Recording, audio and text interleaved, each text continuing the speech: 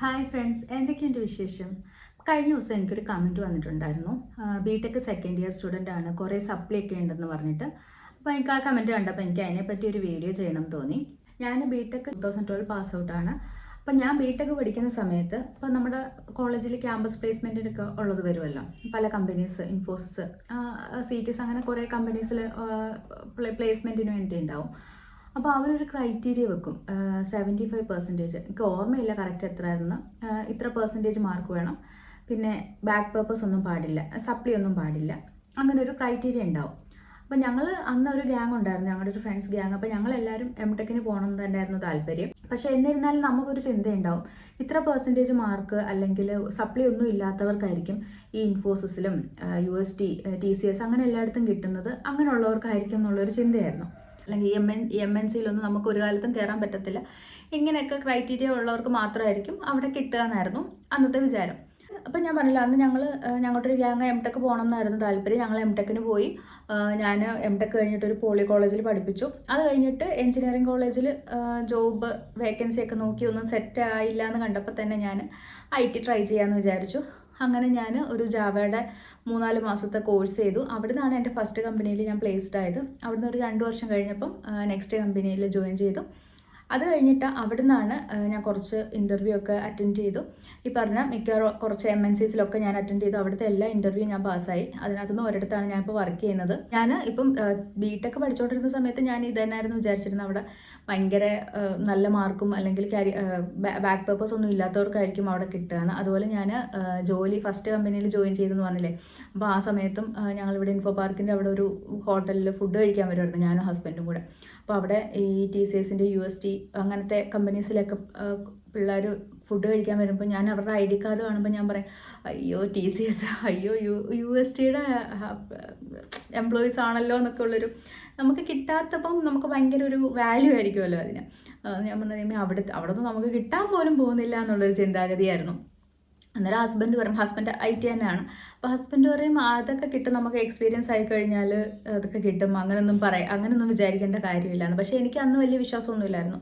First കമ്പനിയിൽ ഇരിക്കുന്ന സമയത്ത് അങ്ങനെ കമ്പനിയിൽ കിട്ടുമെന്നൊന്നും വിശ്വാസമില്ലായിരുന്നു. പിന്നെ എക്സ്പീരിയൻസ് ആയി കഴിഞ്ഞപ്പോഴാണ് നമ്മൾ ട്രൈ ചെയ്തതും. അതിനകത്തുനിന്ന് നമുക്കൊരു കമ്പനി ചൂസ് ചെയ്യേണ്ടി വന്നു. ഞാനിത് പറയാൻ കാരണം, ഇപ്പം അന്ന് ഞാൻ ചിന്തിച്ച പോലെ ആരെങ്കിലുമൊക്കെ കുറച്ച് പേര് ചിന്തിക്കുന്നുണ്ടാവുമല്ലോ, ഇത്ര പെർസെൻറ്റേജ് മാർക്ക് ഉണ്ടെങ്കിൽ, അല്ലെ എനിക്കിപ്പോൾ 60% ഉള്ളൂ അല്ലെങ്കിൽ 65% ഉള്ളൂ, എനിക്ക് മാർക്ക് കുറവാണ്, എനിക്ക് 70 കിട്ടിയില്ല എന്നൊക്കെ പറഞ്ഞിരിക്കുന്ന കുട്ടികളുണ്ടാവുമല്ലോ. അല്ലെങ്കിൽ എനിക്ക് സപ്ലി അടിച്ചിട്ട് വിഷമിച്ചിരിക്കുന്ന കുട്ടികളൊക്കെ ഉണ്ടാവുമല്ലോ. അപ്പോൾ അങ്ങനെ ആർക്കെങ്കിലും യൂസ്ഫുൾ ആവുന്നെങ്കിൽ ആവട്ടെ എന്ന് വിചാരിച്ചിട്ടാണ് ഞാനിത് പറയുന്നത്. നമ്മളൊരു എക്സ്പീരിയൻസ്, അങ്ങനെ ആരെങ്കിലും ഒരാൾ ചിന്തിക്കുന്നുണ്ടെങ്കിൽ അങ്ങനെയൊന്നും അല്ല എന്ന് പറയാൻ വേണ്ടിയിട്ടാണ് ഞാനിത് വീഡിയോ ചെയ്തത്. സപ്ലി ഉണ്ടെന്നും പറഞ്ഞ് വിഷമിക്കൊന്നും വേണ്ട. അപ്പോൾ എനിക്ക് ഒരു 2 സപ്ലി ആയിരുന്നെന്ന് തോന്നുന്നു. എനിക്ക് ഫസ്റ്റ് സപ്ലി അടിച്ചത് C പ്രോഗ്രാമിങ്ങിനായിരുന്നു. അത് ഞാൻ +2-ന് സയൻസ് ആയിരുന്നു. അപ്പോൾ സയൻസ് കഴിഞ്ഞിട്ട് എൻജിനീയറിങ്ങിൽ ഏതെടുക്കണം എന്നൊന്നും എനിക്ക് വലിയ ധാരണ ഉണ്ടായിരുന്നില്ല. കുറേ കരിയർ ബുക്കുകളിലെല്ലാം ഈ ഇലക്ട്രോണിക്സ് ആൻഡ് കമ്മ്യൂണിക്കേഷൻ ഭയങ്കര സംഭവമായിട്ട് കണ്ടു. അങ്ങനെ പോയി എടുത്തതാണ് അങ്ങനെയാണ് ഞാൻ ഇലക്ട്രോണിക്സ് ആൻഡ് കമ്മ്യൂണിക്കേഷൻ സെലക്ട് ചെയ്തത്. അല്ലാതെ അത് പഠിച്ചു കഴിഞ്ഞാൽ ഇവിടെയൊക്കെ ജോലി കിട്ടും എന്നൊന്നും അന്ന് ചിന്തിച്ചിട്ടൊന്നും അല്ല അന്ന് ഞാൻ ഇലക്ട്രോണിക്സ് ആൻഡ് കമ്മ്യൂണിക്കേഷൻ എടുത്തത്. ഇതുപോലത്തെ കുറേ കരിയർ ഗൈഡൻസ് ബുക്കിനകത്തുനിന്ന് കണ്ടിട്ട് കൊള്ളാം സംഭവം എന്ന് പറഞ്ഞിട്ട് പോയി എടുത്തതാണ്. അപ്പോൾ ഫസ്റ്റ് ഇയറിൽ നമുക്ക് C പഠിക്കാനുണ്ടല്ലോ. ഞാൻ +2 സയൻസും കഴിഞ്ഞിട്ട് വരുമ്പോൾ എനിക്ക് ഈ C പ്രോഗ്രാമിങ്ങിൻ്റെ ABCD അറിയത്തില്ല. അപ്പോൾ നമുക്ക് ക്ലാസ്സിൽ മിസ് പഠിപ്പിക്കുന്ന സമയത്ത് അവർ എന്തെങ്കിലും ക്വസ്റ്റ്യൻസ് ഇടുമ്പം നമുക്ക് ആകെപ്പാട് അറിയാവുന്നത് #stdio.h, #conio.h, void main of printf scanf, ഇങ്ങനത്തെ കുറച്ച് ലൈൻസ് മാത്രം അറിയാം. എല്ലാത്തിനകത്തും ഇത് കോമൺ ആണല്ലോ.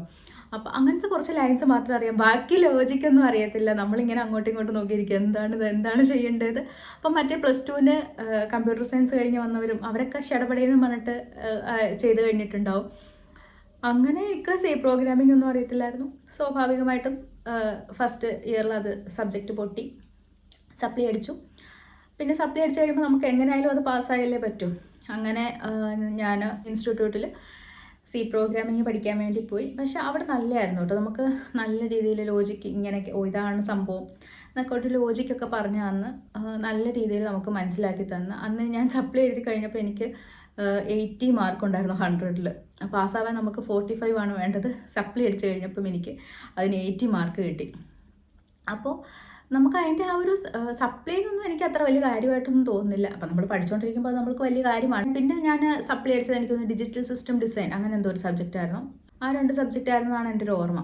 അപ്പോൾ സപ്ലി അടിച്ചിരിക്കുന്നവർ പഠിച്ചെടുക്കാവുന്നതേ ഉള്ളൂ. സപ്ലി അടിച്ചെന്ന് പറഞ്ഞ് വിഷമിക്കേണ്ട കാര്യമൊന്നുമില്ല. നിങ്ങൾക്ക് ഇപ്പം അത് പഠിച്ചെടുത്ത് പാസ്സാവാവുന്നതേ ഉള്ളൂ.